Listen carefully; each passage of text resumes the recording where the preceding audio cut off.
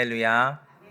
오늘도 귀한 하나님의 은혜를 사모하며 예배 가운데 나오신 사랑하는 성도님들을 환영하고 축복합니다. 하나님께서 우리 모두에게 이 시간 꼭 필요한 은혜 허락하실 것을 믿습니다. 여러분, 군맹무상, 군맹평상이라는 사자성어 혹시 아시나요?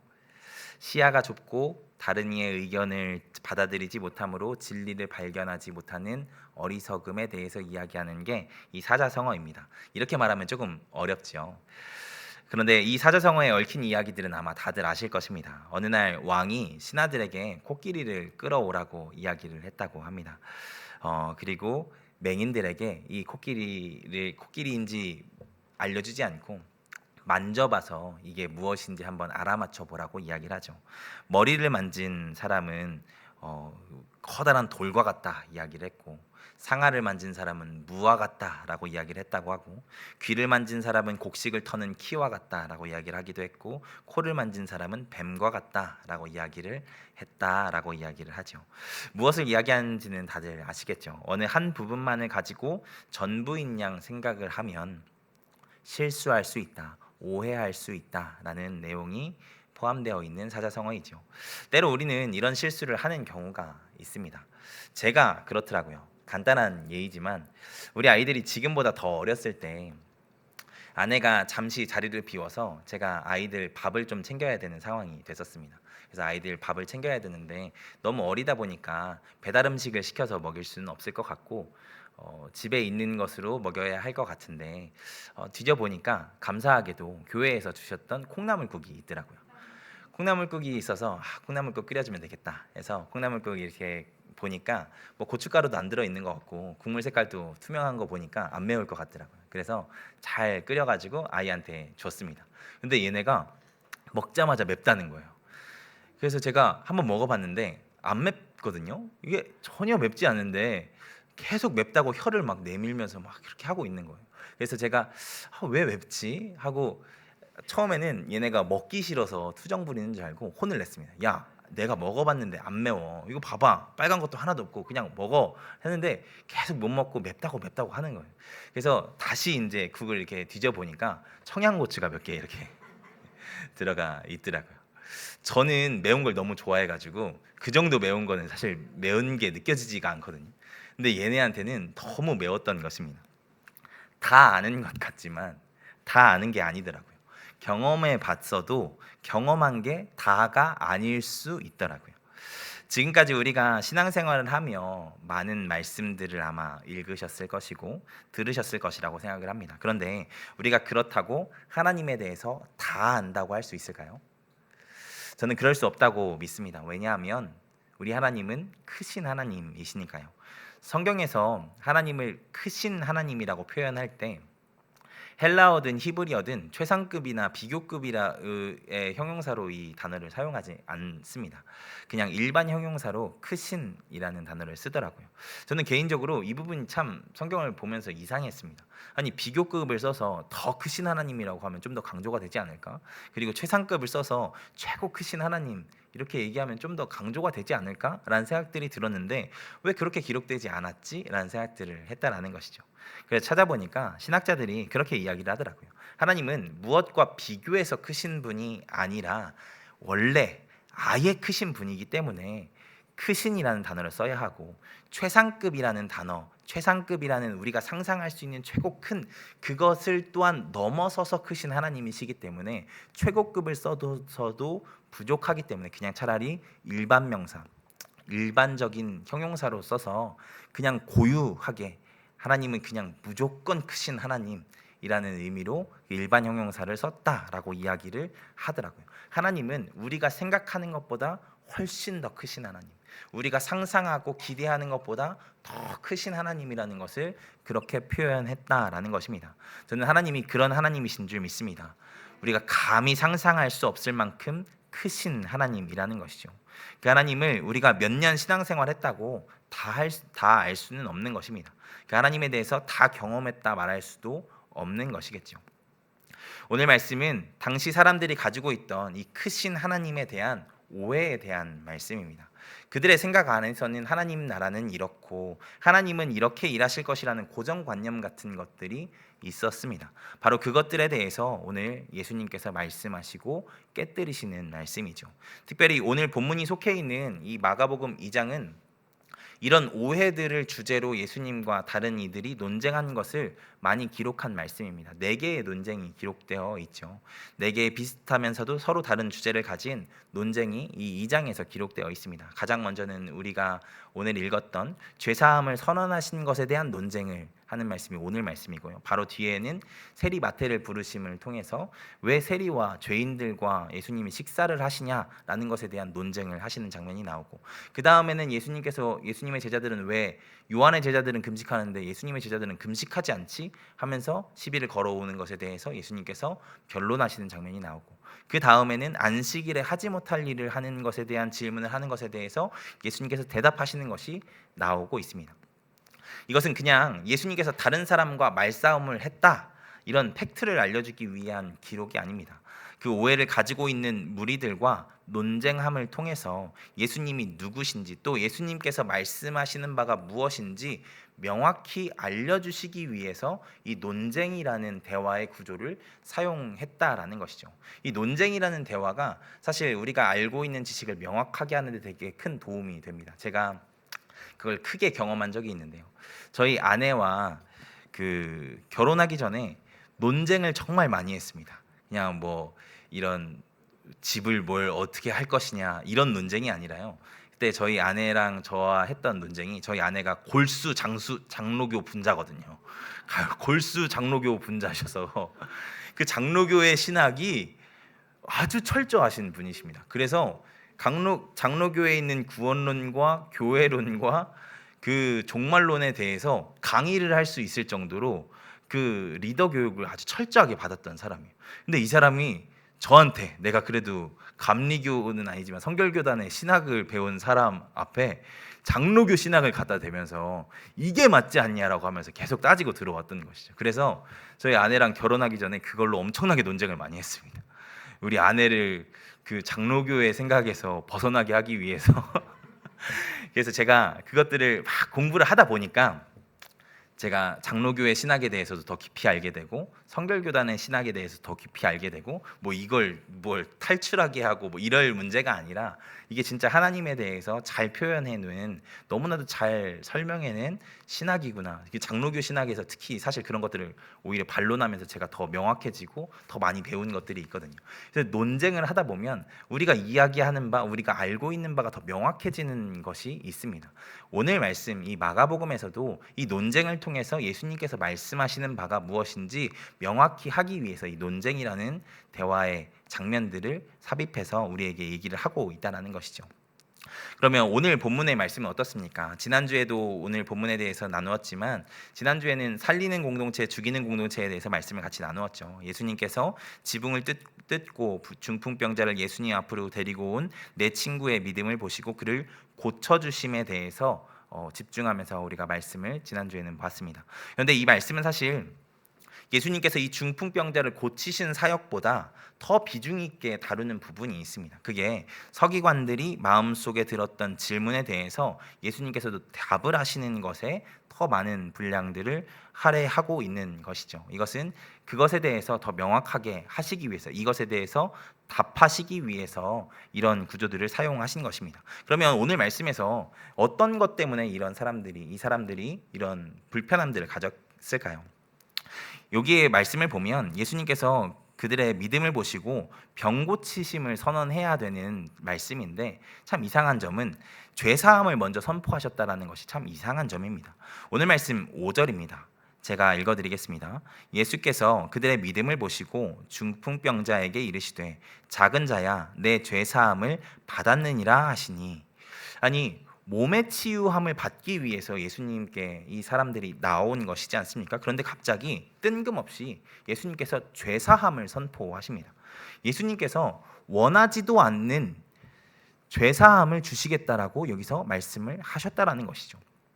이상하지 않습니까? 왜 예수님은 갑자기 그에게 죄사함을 선포하셨던 것일까요? 바로 이것이 당시의 사람들이 흔히 했던 하나님 나라에 대한 첫 번째 오해입니다. 사실 우리가 1장에서부터 마가복음의 말씀을 읽어 오셔서 다들 아시겠지만 지금까지 예수님께서는 그에게 찾아오는 병자와 귀신 들린 자들을 바로바로 고쳐 주셨습니다. 바로 병을 고쳐주시고 바로 귀신을 쫓아주시는 사역들을 마가복음 1장에서 다 보여주셨었죠. 사람들은 그런 모습을 보면서 예수님이 어떤 분이시라고 생각을 했냐면 병 고치시는 분이구나, 예수님은 귀신을 쫓는 분이시구나 라고 생각을 했을 것입니다. 그리고 예수님께서 선포하셨던 그 하나님의 나라라는 것도 그렇게 내가 아픔 없고 나의 그 결핍이 치유되어지는 곳이구나, 나의 문제가 해결되어지는 것이 그 하나님의 나라라는 곳이구나 라고 생각을 했을 수 있다라는 것이죠.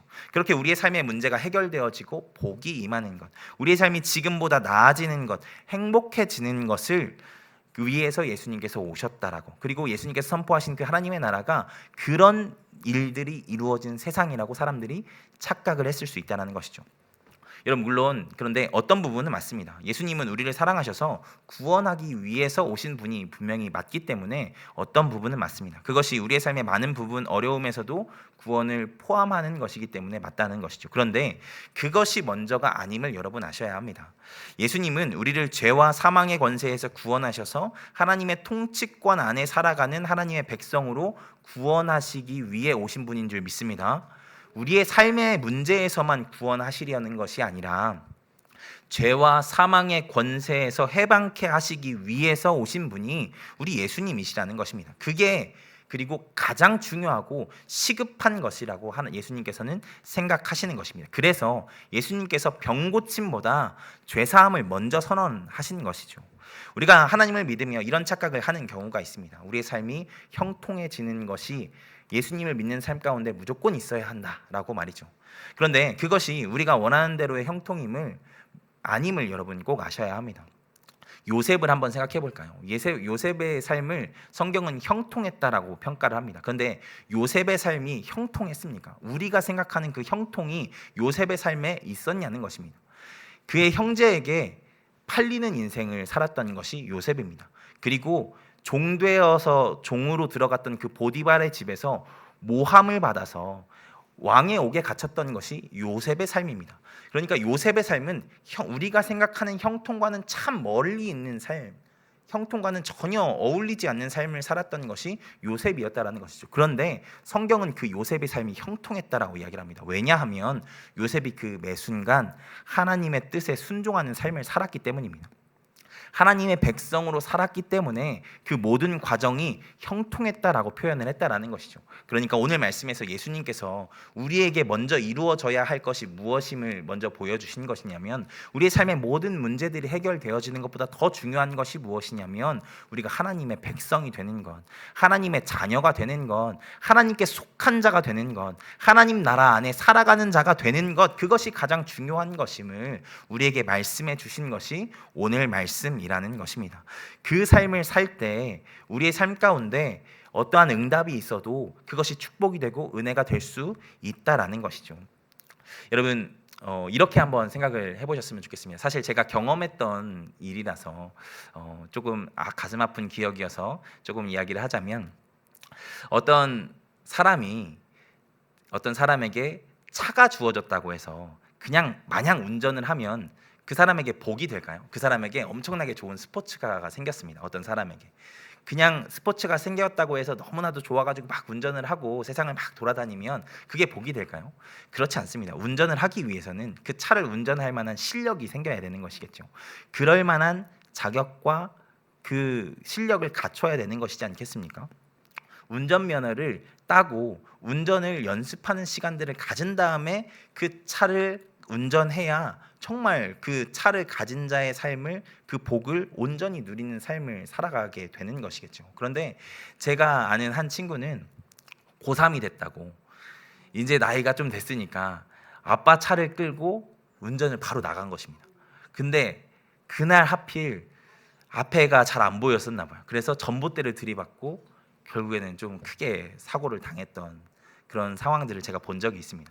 여러분, 차가 있다고 우리가 복이 있는 것이 아닙니다. 그러니까 우리의 삶에 갑자기 차가 생겼다고, 우리에게 삶에 복이 갑자기 들어왔다고 우리가 복된 삶을 사는 것이 아니라는 것이죠. 그 복을 운영할 수 있고 복을 제대로 누릴 수 있는 존재가 되어야 하지 우리가 그 복을 제대로 누릴 수 있는 자가 되는 것입니다. 그래서 예수님께서는 이 앞단을 먼저 이야기를 하는 것입니다. 그 앞단이 무엇이냐면, 우리의 삶의 모든 문제가 해결되어지는 것보다 중요한 그 앞단이 무엇이냐면 하나님의 백성이 되는 것입니다. 죄사함 받고 하나님의 자녀가 되는 것이 가장 중요한 것이라는 것이죠. 예수님은 바로 이 오해를 하고 있는 사람들, 하나님을 믿으면 나의 삶이 형통해지고 내 문제가 해결되어지고 나의 모든 것이 완전해질 거라고 기대하는 그 사람들의 기대를, 이것이 오해라고 말씀하시면서 가장 먼저 뭐가 이루어져야 하는지를 말씀하신 것이냐면 하나님의 자녀가 되어야 함을, 하나님의 백성이 되어야 함을, 하나님의 통치권 안에 있는 사람이 되어야 함을 이렇게 말씀하신 것이라는 말입니다. 바라기는 우리가 이 하나님의 통치권 안에 살아가는 자들 되기를 소망합니다. 이것이 먼저 회복된 삶을 살아가는 자들 되기를 소망합니다. 우리의 삶에 어떠한 문제들이 먼저 해결되어지는 것보다 더 중요한 것이 그것임을 믿고 살아가는 자들 되기를 소망합니다. 여러분, 예수님을 믿는 삶은 우리의 욕망이 성취되는 삶이 아닙니다. 우리의 욕심이 이루어지는 삶이 아닙니다. 예수님을 믿는 삶은 하나님의 바라심이 우리의 삶을 통해 구현되어지는 것이 예수님을 믿는 자의 삶 가운데 나타나야 될 모습입니다. 그러기 위해서 그 앞단이 먼저 준비되어져야 한다는 것이죠. 그리고 그렇게 살아가는 자의 삶을 하나님께서 책임지십니다. 오늘 말씀을 보면 하나님께서 결국에는 중풍병 걸렸던 그 사람을 고치시지 않습니까? 그 앞단이 해결된 자의 삶을 하나님께서 책임지시고 도우시고 이끌어 가신다라는 것입니다. 바라기는 우리가 가장 먼저 그 하나님과의 관계가 회복되어진 자 되기를 소망합니다. 하나님의 백성 된 자 되기를 소망합니다. 하나님의 통치권 안에 살아간 자 되기를 소망합니다. 이것이 이 당시에 사람들이 했던 첫 번째 오해이고, 예수님께서 이들과 논쟁하시면서 첫 번째 보여주려고 하셨던 그 하나님 나라의 메시지였습니다. 그리고 오늘 말씀에서 살펴볼 수 있는 두 번째 오해는 서기관들이 하고 있는 오해입니다. 오늘 말씀에서 서기관들은 예수님께서 죄사함을 선포하시는 장면을 되게 이상하게 여깁니다. 왜 그렇습니까? 하나님 한 분 외에는 누가 능히 죄를 사할 수 있겠냐라고 이야기를 하는 것이죠. 근데 여러분, 이 사람들의 이야기를 이렇게 오해하시면 안 됩니다. 이들이 문제 삼은 것이 죄사함을 한 인간, 그러니까 예수님께서 선포한 것 그 자체가 문제라고 생각했다라고 오해하시면 안 된다는 것입니다. 하나님만 선포할 수 있는 것을 예수님이 선포하셔서 문제가 된 사건이 아니라는 것입니다. 우리가 성경의 말씀을 잘 보시면 사람이 죄사함을 선포하는 장면들이 등장을 합니다. 예를 들면 레위기 4장 20절의 말씀을 한번 보겠습니다. 이 말씀 같이 읽겠습니다. 시작. 그 송아지를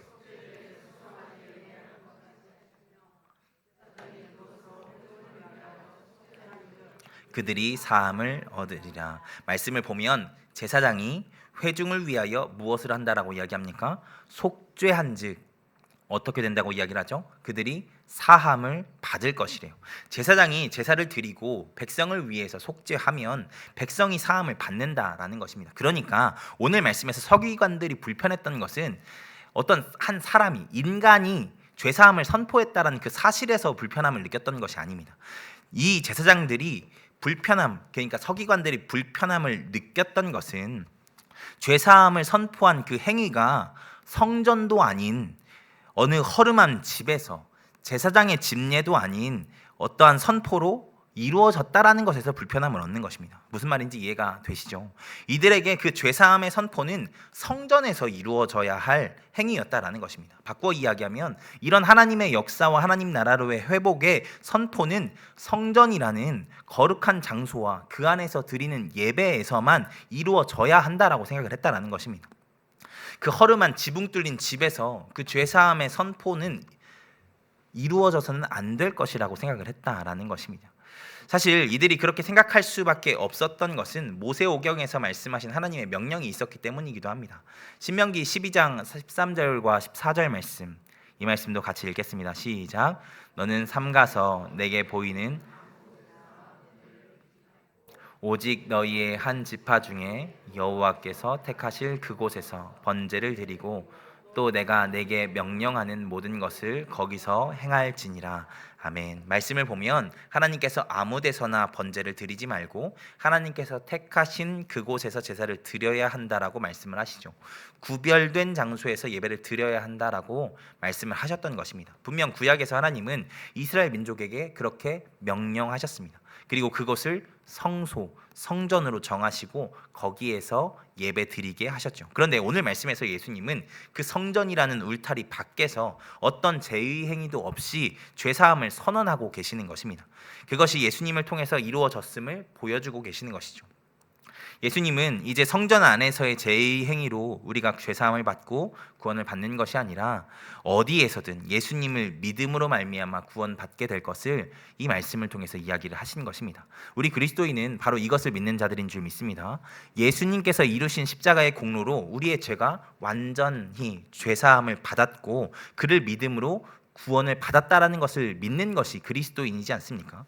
예수님은 이를 위해 오셨다는 것을 오늘 말씀을 통해서 이야기를 해주시는 것입니다. 단순히 몸 고쳐주고 병 고쳐주는 것이 아니라 죄에서 구원하시기 위해서, 그리고 또 한 가지, 그 성전이라는 곳에서만 하나님께서 역사하시는 것이 아니라 이제 모든 장소에서 하나님의 은혜를 경험할 수 있다는 것을 이 말씀을 통해서 보여주신 것입니다.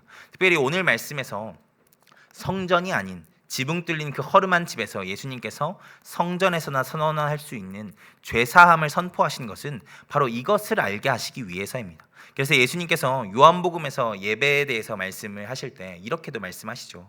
요한복음 4장 21절과 23절의 말씀입니다. 이 말씀 읽어보겠습니다. 같이 읽겠습니다. 예수께서 이르시되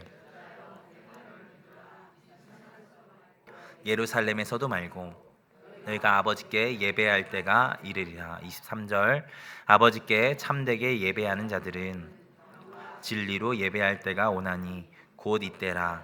아버지께서는 자기에게 이렇게 예배하는 자들을 찾으시느니라. 아멘.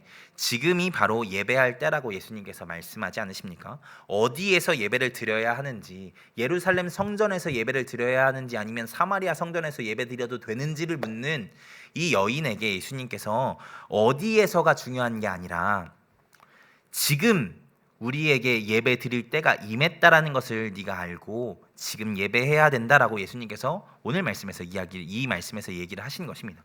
우리는 성전이라는 특별한 장소에서만 예배를 드릴 수 있고 하나님을 만날 수 있고 하나님의 은혜를 받을 수 있다라고 생각하는 사람들이 있을 수 있지만 예수님께서는 그렇게 말씀하지 않으셨다라는 것이죠. 우리의 삶의 모든 것에서 하나님을 만나고 경험해야 한다, 경험하는 삶을 살아야 한다라고 말씀하신 것이 우리 예수님이시라는 것입니다. 우리는 그것을 믿고 삶의 모든 자리에서 하나님을 예배하며 살아가도록 부름받은 자들인 줄 믿습니다.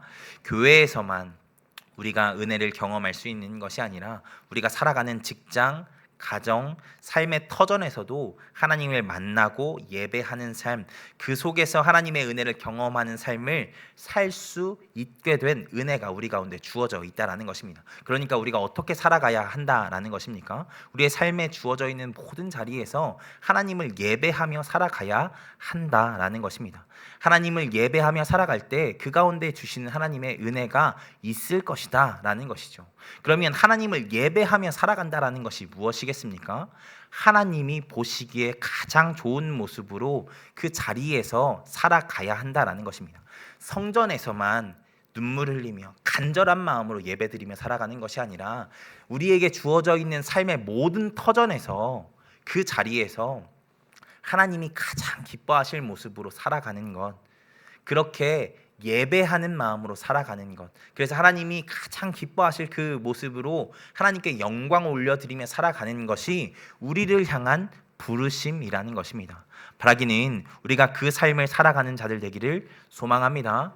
교회에서만 그리스도인으로 살아가는 것이 아니라 어떤 특별한 장소에서만 하나님 믿는 자의 삶을 살아가는 것이 아니라 우리에게 주어져 있는 모든 삶의 자리에서 하나님이 기뻐하실 삶을 살아가는 우리가 되기를 소망합니다. 말씀을 정리합니다. 하나님 나라는 내가 필요한 것이 채워지는 나라가 아니라 하나님께서 원하시는 것이 이루어지는 나라인 줄 믿습니다. 그리고 우리가 예수 그리스도를 믿는다는 것도 나의 욕심이 이루어진다는 것이 아니라 하나님의 백성이 되어 하나님이 원하시는 삶을 살아가는 것이라는 것을 여러분 기억하시고, 우리의 삶 가운데 가장 먼저 이루어져야 될 것, 하나님과의 바른 관계라는 것을 기억하고 살아가는 우리가 되기를 소망합니다.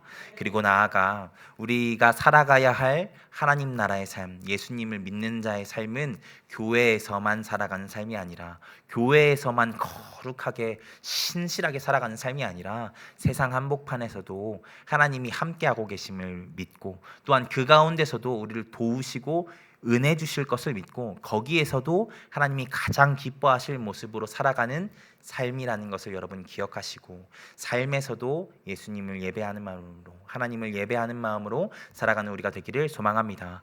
그렇게 있는 모든 자리에서 하나님께 영광이 되는 우리 사랑하는 모든 성도님들 되시기를 주님의 이름으로 축복드립니다. 제가 기도하겠습니다. 전능하신 하나님, 감사합니다. 하나님, 마가복음의 말씀을 통하여서 하나님 예수 그리스도를 믿는 자의 삶이 어떠해야 하는지 듣게 하시고 알게 하시고 결단하게 하심 감사합니다. 하나님, 우리가 삶의 모든 문제가 해결되어지는 것에 앞서 하나님과의 관계가 회복되어져야 함을 말씀을 통하여서 들었사오니, 우리가 다른 모든 것보다 하나님과의 관계에 더 집중하며 살아가는 자 될 수 있도록 주님 붙잡아 주시옵소서. 또한 우리가 살아가는 모든 삶의 자리가 하나님께서 부르신 자리이고 하나님을 예배하는 자리임을 기억하며, 있는 그 모든 자리에서 하나님이 기뻐하실 가장 좋은 모습으로 살아가는 우리가 될 수 있도록 주님 붙잡아 주시옵소서. 그렇게 살아가기로 결단하며 나아가는 사랑하는 모든 성도님들의 삶 가운데 하나님께서 함께하여 주시어서 어디에 있든지 안전하게 하시고 주님께서 지키시고 도우심을 늘 체험하며 나아가는 귀한 인생들 될 수 있도록 주님 붙잡아 주시옵소서.